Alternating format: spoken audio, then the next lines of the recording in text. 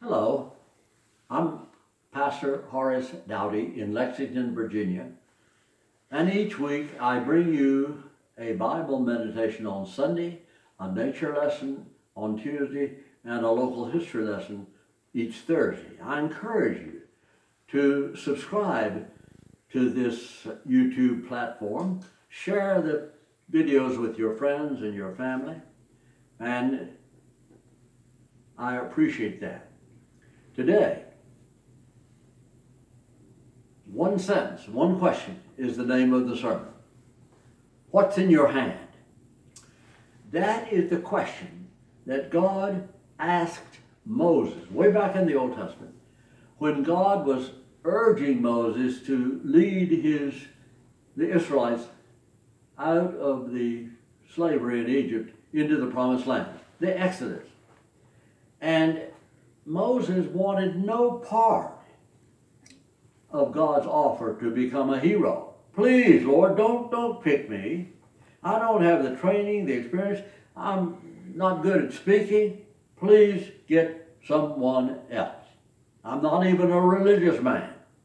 Well, in our age, we come into election years with people saying the very opposite. They're not saying, I can't do it, believe me. They're saying, believe me, I can work miracles. I can do it all. So this is unusual. The attitude of Moses is refreshing. God drafted him anyway. That unpromising Moses became the kind of leader our world can use. He took a dispirited multitude of slaves, led them out of bondage, and made of them a nation. And as far as I can tell from the Bible story, Moses' success never went to his head. He never once said, as one of our past presidents did, I can be a great president. Well, I wish he had done it. He did not. And he continued to think of himself as worthy. Moses did not. That's unusual. It also, the story, shows how God can use the most ordinary talent if we lie. God said, what's in your hand, Moses? And Moses said, just a stick, Lord, a shepherd's staff. And God said, throw it down and I'll show you something. Moses did. The stick became a snake, but then turned back into a stick when Moses reluctantly picked it up. And God said, wherever you go, take that stick with you and you will find it contains my power. A stick. Through the next chapters of Exodus, we see that rod touch the Nile River and it becomes different. The water turns into blood. Out come hordes of frogs, flies, lice. Later, the Israelites are trapped at the edge of the Red Sea.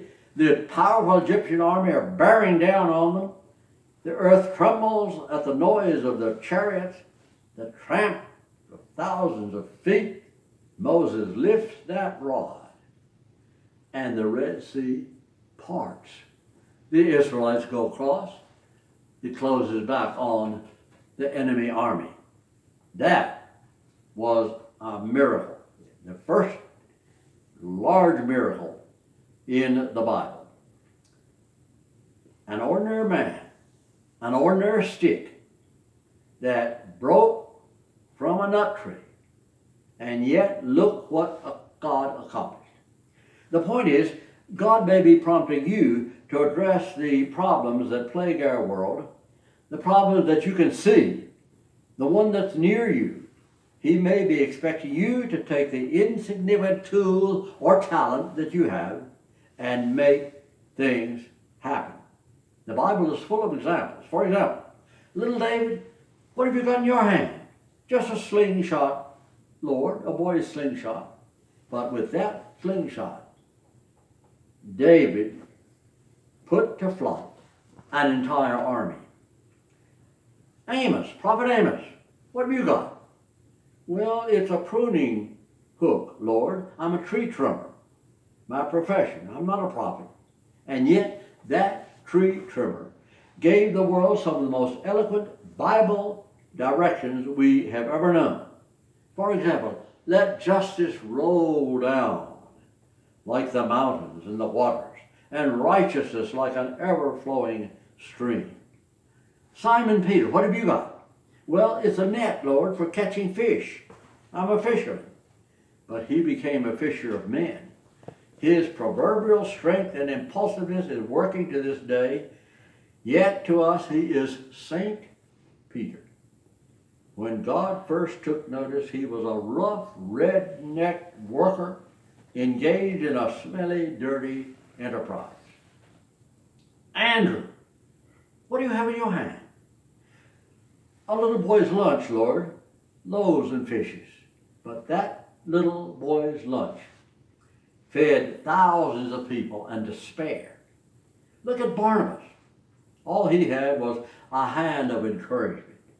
It was Barnabas who drew Paul out of his 8-year retirement and brought him to Antioch and introduced him to his disciples. Barnabas is the one, when John Mark failed to measure up, took the young man under his care, spoke gentle words of encouragement, and guided him to the point where he became a power in the young church.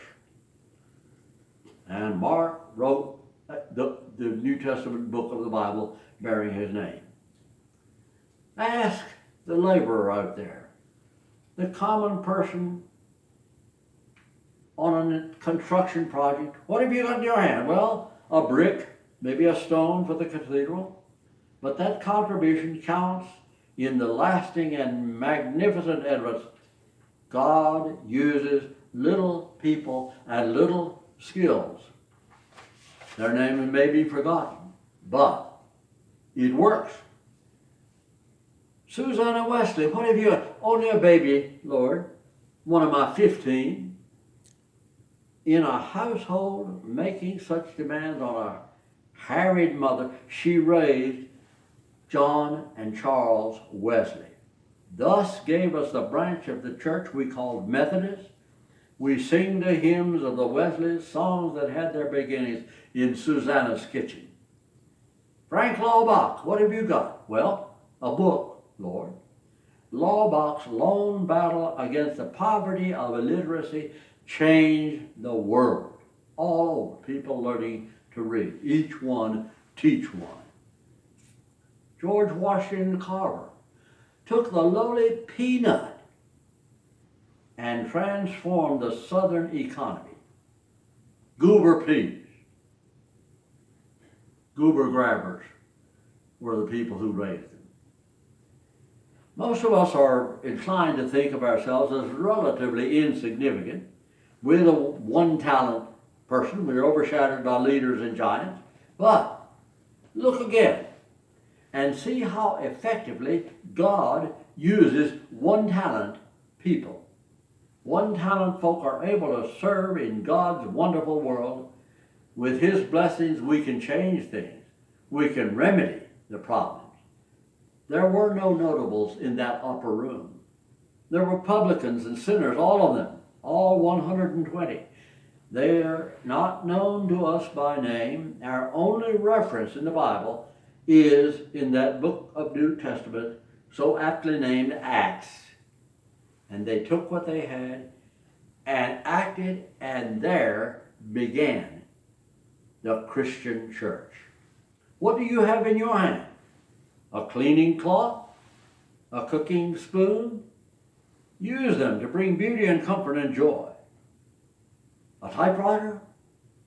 A gardening tool? Remember, no matter what the tool is, or you call it, it is significant and can be. When the routine looks drab and your heart is weary, you are accomplishing more than you know. When you dress up and go worship God, you're doing something. When you hold a hymn book in your hand and sing to the glory of God, that is worthwhile. You are an inspiration to others around you, just like Moses and Paul. God is counting on you.